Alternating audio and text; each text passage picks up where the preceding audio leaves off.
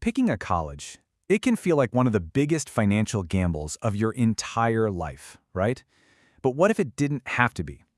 We're going to dive into a brand new tool from the Department of Education that's really designed to turn that gamble into a smart, data-driven investment.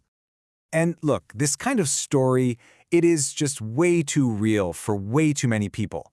It's the story of students like Sarah from Ohio, who chose a small private college because she liked the personal touch, only to end up waitressing while her friends who got trade certificates were already out earning her. It's a story of regret that's playing out all across the country. And Sarah's story, it's just one tiny drop in this huge, massive ocean of debt. We are talking about $1.7 times trillion in student loans held by 45 million Americans. That number is it's staggering. It's bigger than all the credit card debt in the entire country. So this isn't just a personal problem anymore, it's a full-blown national crisis.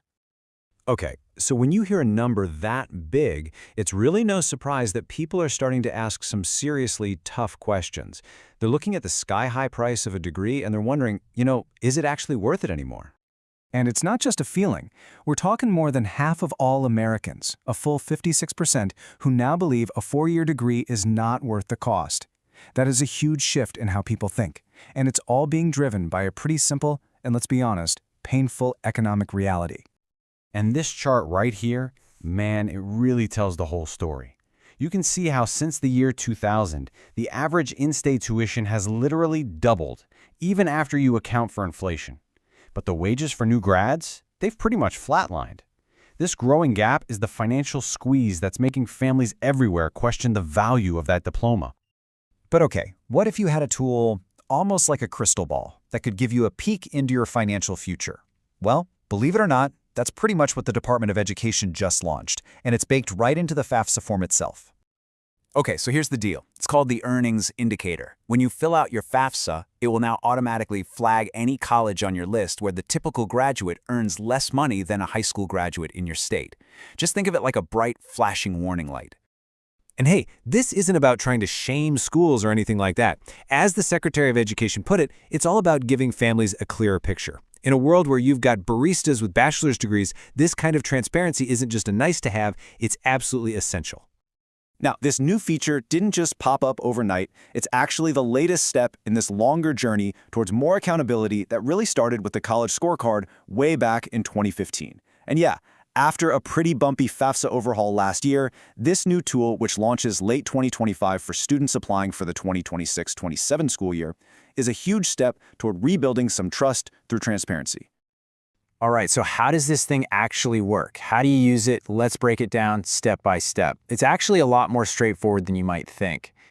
It's super simple. You just fill out your FAFSA like you always would, listing up to 20 schools.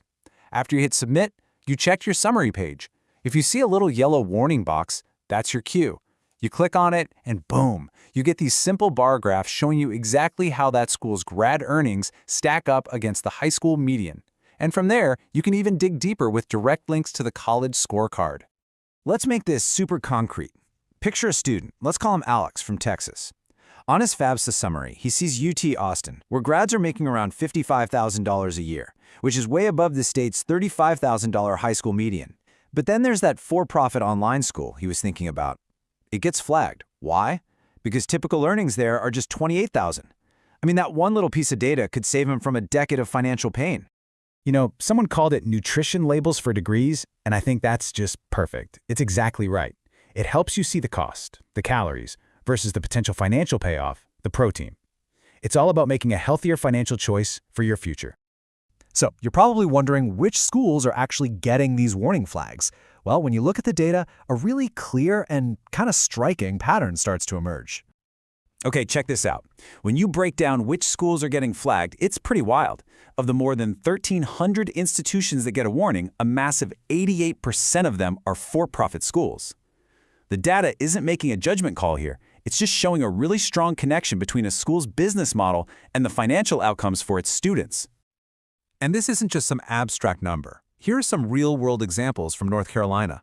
You've got a for-profit college, a private two-year school, even a beauty school, and they're all flagged because their typical graduate earnings are falling way below the state's high school median of $36,000. This is real data for real schools. Okay, so you've got this powerful new info. The big question is, what do you actually do with it? Let's talk strategy. Here's your playbook for making smarter choices. And this really is the million-dollar question, isn't it? If a school gets flagged, does that mean you should just run for the hills? Not necessarily. This tool isn't supposed to make the decision for you. It's designed to help you make a more informed one. So here's a simple game plan. First off, think of these flags as a filter, not a deal breaker. They're a signal to look closer. Second, you've got to dig into the real cost using the net price calculator on a school's website. Third, and this is important, remember this data is for the whole college. A fantastic engineering program might be at a flagged school. And finally, maybe the most important step, just talk about it. Use this data to start a conversation with your family and your school counselors. At the end of the day, that's what this whole new tool is about. It's about changing the conversation. It's about pushing all of us to ask that really important question. Is this specific degree a smart investment, or is it a huge gamble? With this data right at your fingertips, you are more empowered than ever to make sure your choice is the first